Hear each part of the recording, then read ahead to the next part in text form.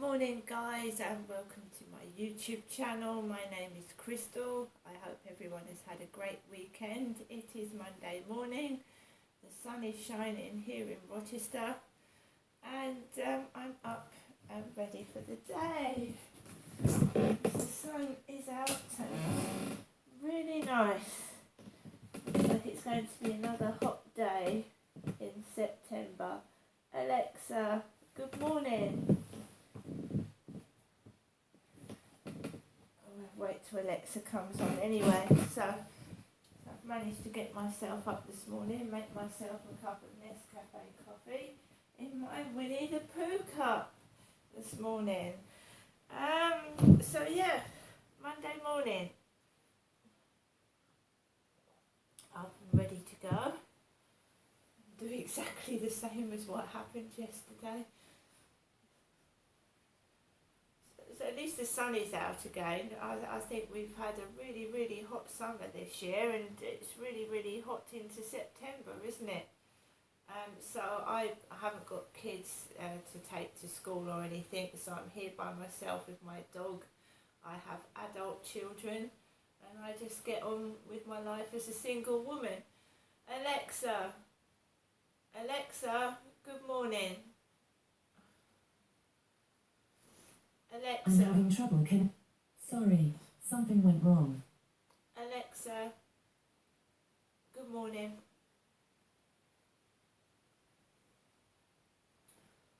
Good morning, and happy B-Day to Beyonce. Just like Queen Bee, I love it when you say my name. Say my name. So it's Queen Bee, Beyonce's birthday today. Alexa, how old is Beyonce? Beyonce is 42 years old. Everybody's getting older. Alexa, what's the time, please? It's 8:39 a.m.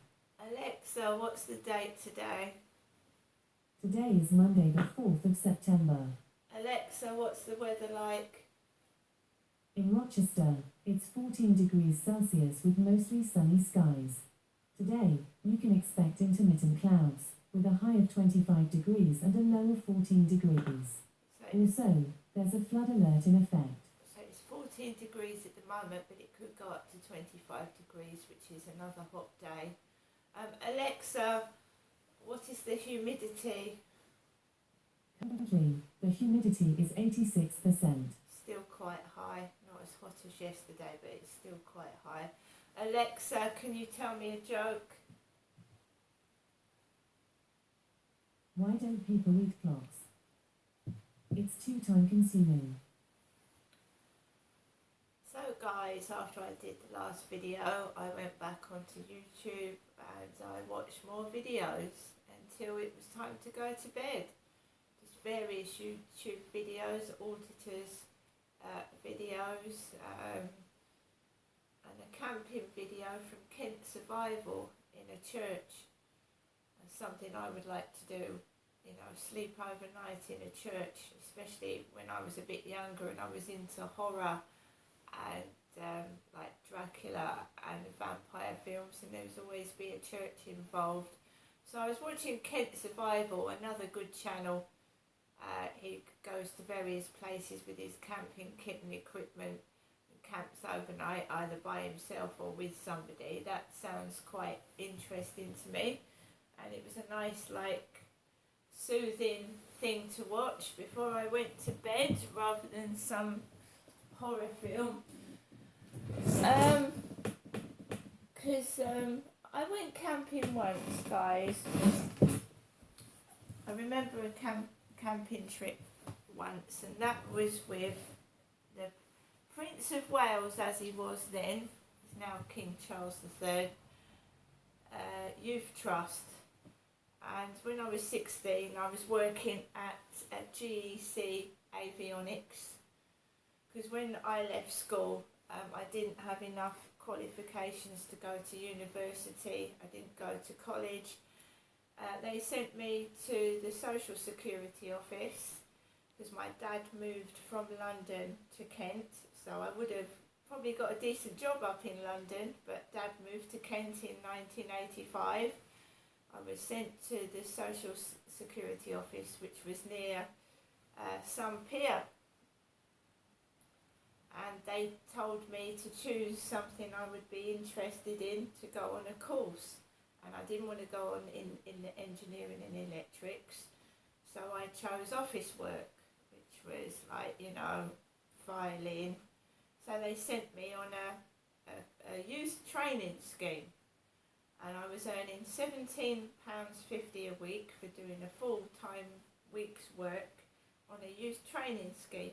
And £17.50 wasn't a lot when I was giving my dad £10 rent, so I was left with £7.50.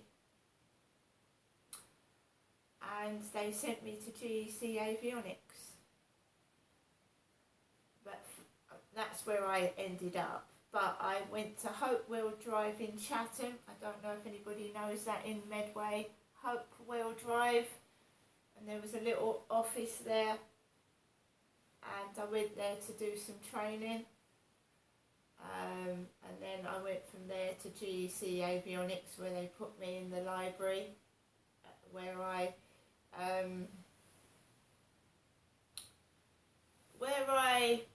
learnt all the filing, and I ended up on the photocopier, the big photocopying machine, and I was stood on my feet all day photocopying and die line printing for the draftsmen who were making the plans for the aircraft.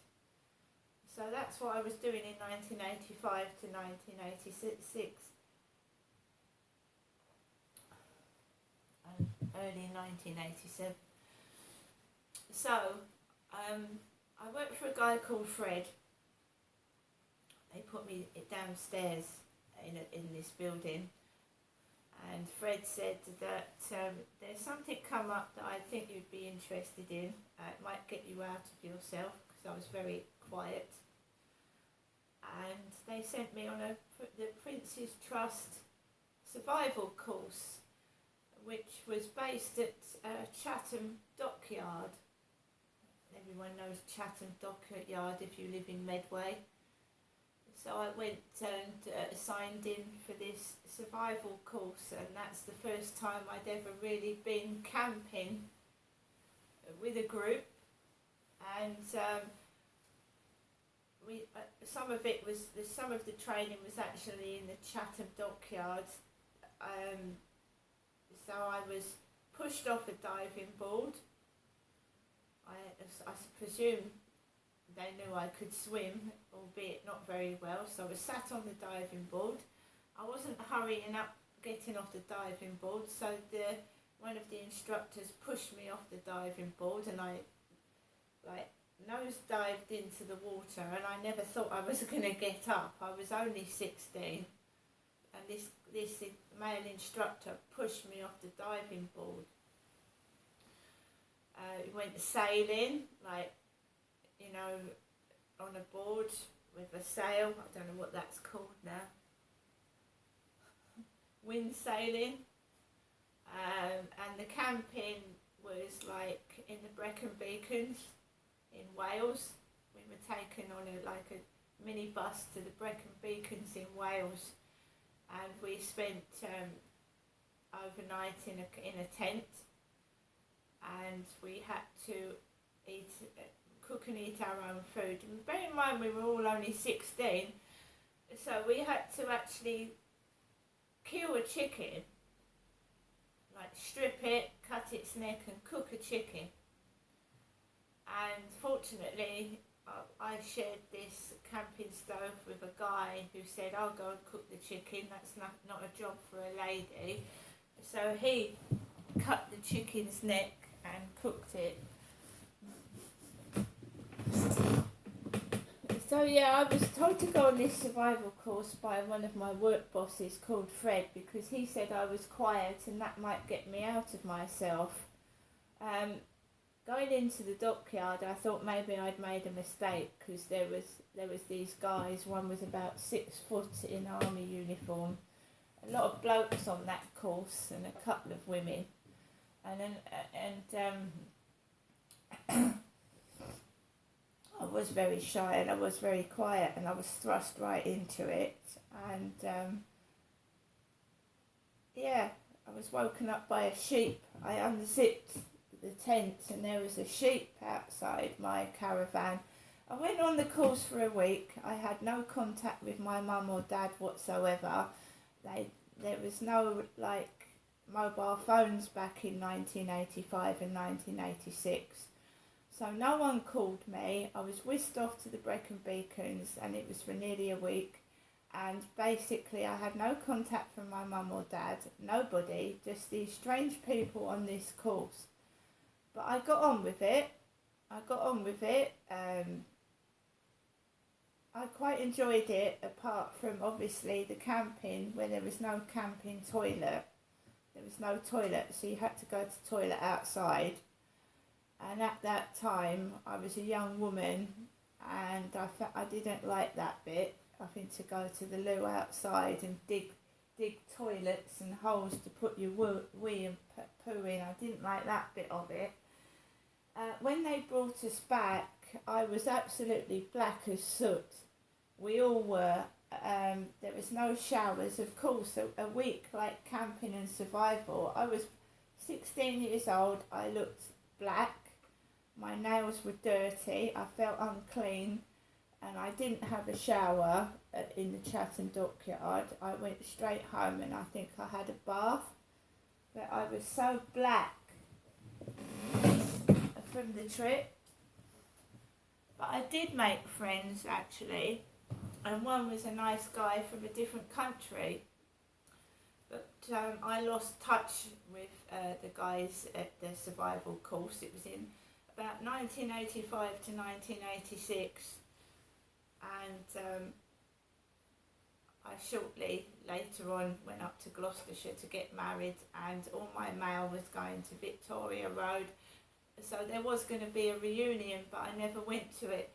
I did thoroughly enjoy the people, very friendly. It was nice. There was a couple of moments that I didn't like, but I got on with it.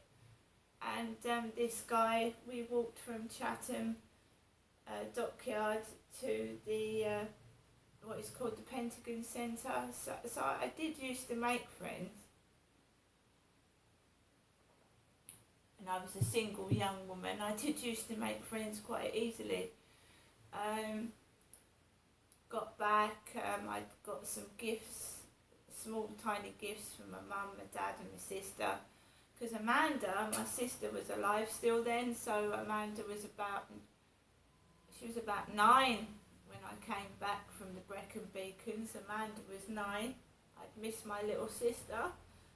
And then things went from bad for worse, didn't they?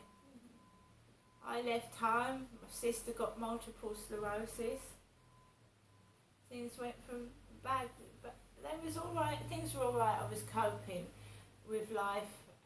I had a decent job. I really did have a decent job before I married my husband.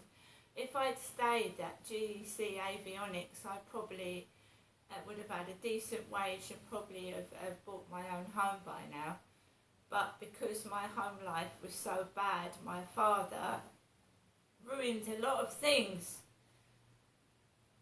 And I wasn't able to stop him from trying to control me and control my life. And I could have had a decent job, but I'm not going to harp on about it. This is what has happened. I've got to get on with it. But men that cause domestic violence kill women almost every day of the week. There's an incident of someone being harmed or killed through domestic violence. It is serious. It does ruin your life.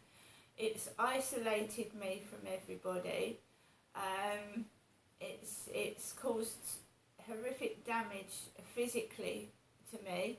Domestic violence has. I'm physically scarred, mentally scarred, and I'm not able to now have a relationship where I can trust somebody.